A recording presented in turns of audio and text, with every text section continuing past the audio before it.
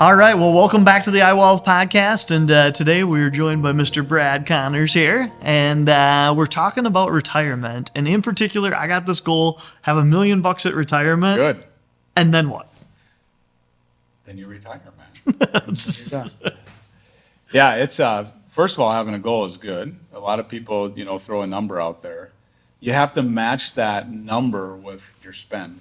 Okay. So it's really, really important when you get to retirement. I have people living on, for instance, $2,000 a month. Sure. And I have people that can't live on $8,000 a month. So $1 million won't go very far at $8,000 a month. It'll go all the way at $2,000 a month. So you got to figure that out along the way. So what's your burn rate? To set your goal. Tell us what your burn rate is. I like that. I've not used burn rate. Yeah, but yeah, it's a hard thing for people. People don't budget.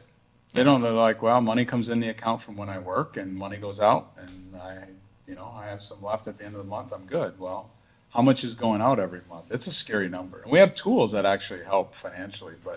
But anyway, once you get there, you have to get the number. So your $1 million might work, but it might not either. It might need to be $2 million.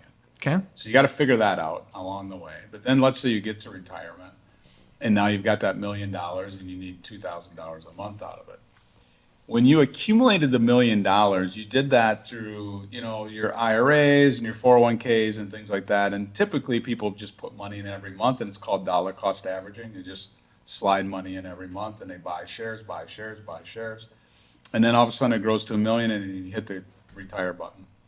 When that happens, and you need money out of it to supplement your Social Security or pension or whatever, you can't do the same thing. Okay.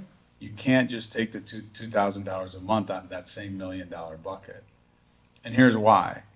When you have the share price fluctuating, because stocks go up and down, right? Yep. You're not going to go from a risk level of 10, 0 to 10. You're not going to go from a risk level of 10 down to a 0 when you retire. It's still going to be invested in the market. And if the market goes down by 10% and your shares are $100 a share, and now they're at $90 a share, you have to sell more shares to get your $2,000 a month. And we call it sequence of returns. And so you have to have a strategy built, because you can't dollar cost average out. Yeah. So explain to me if I'm understanding this right.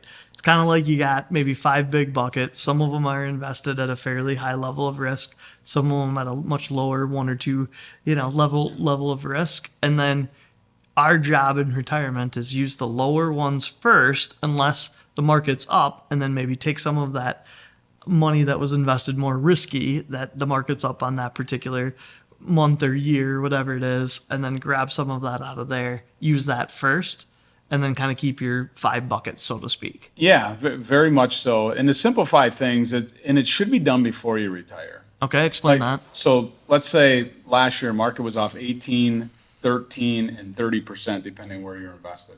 Okay. Everybody got hit hard.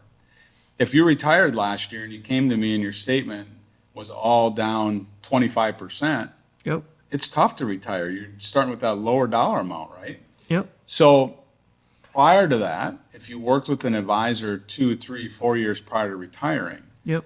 if that advisor's doing things correctly, they'll bucket it out to oversimplify. So they might have, let's say you want $2,000 a month, that's $24,000 a year, that's $48,000 for 2 years. They might say, let's take $50,000 of your $1 million, Yep. and let's have that in a cash bucket, no risk. No risk. Let's take another 150 and put it at a risk level of a 3, again, 0 to 10 for a scale. Yep. Let's take another 150 and put it at a 6. And then let's take 400, or whatever, wasn't doing the math along the way, and put it at an 8. Yep. Now, once you get to retirement, you have a year where it's down 18%. We're selling the cash bucket. It wasn't down. Yep. You're living off of that. Next year, market's up 15%, let's say. We might pull it out of the risk bucket of an 8 or 9. 8 or 9. Put another 50 grand back so that we have cash to spend over the next couple years. Yeah. And that's how you manage through these cycles in the market. You just have to make sure that you have it diversified in a lot of different places, Yep. that you can grab something that's up. Just had a client just this week that we talked to. About a year ago, they called me, and a piece of property came up. In his middle 40s, planned on leaving this money in for retirement. We had it bucketed out for him based upon, it was newer to him, what if he needed some cash? Called me, needed 50 grand. Yep. We had 3 different buckets. One of his accounts was up 4%. Okay. The other account was down like 8, 18, and like 30. Yeah. But we were able to sell the one that was up and not make the paper loss, Yep. a real loss by hitting the eject button and selling it down. So it's just really good to be diversified and think of it in that kind of a bucket. When do you need the money, and then match the risk to when you need it. All right. Well, we'll see you back here next time on the iWealth podcast. Thanks, Matt.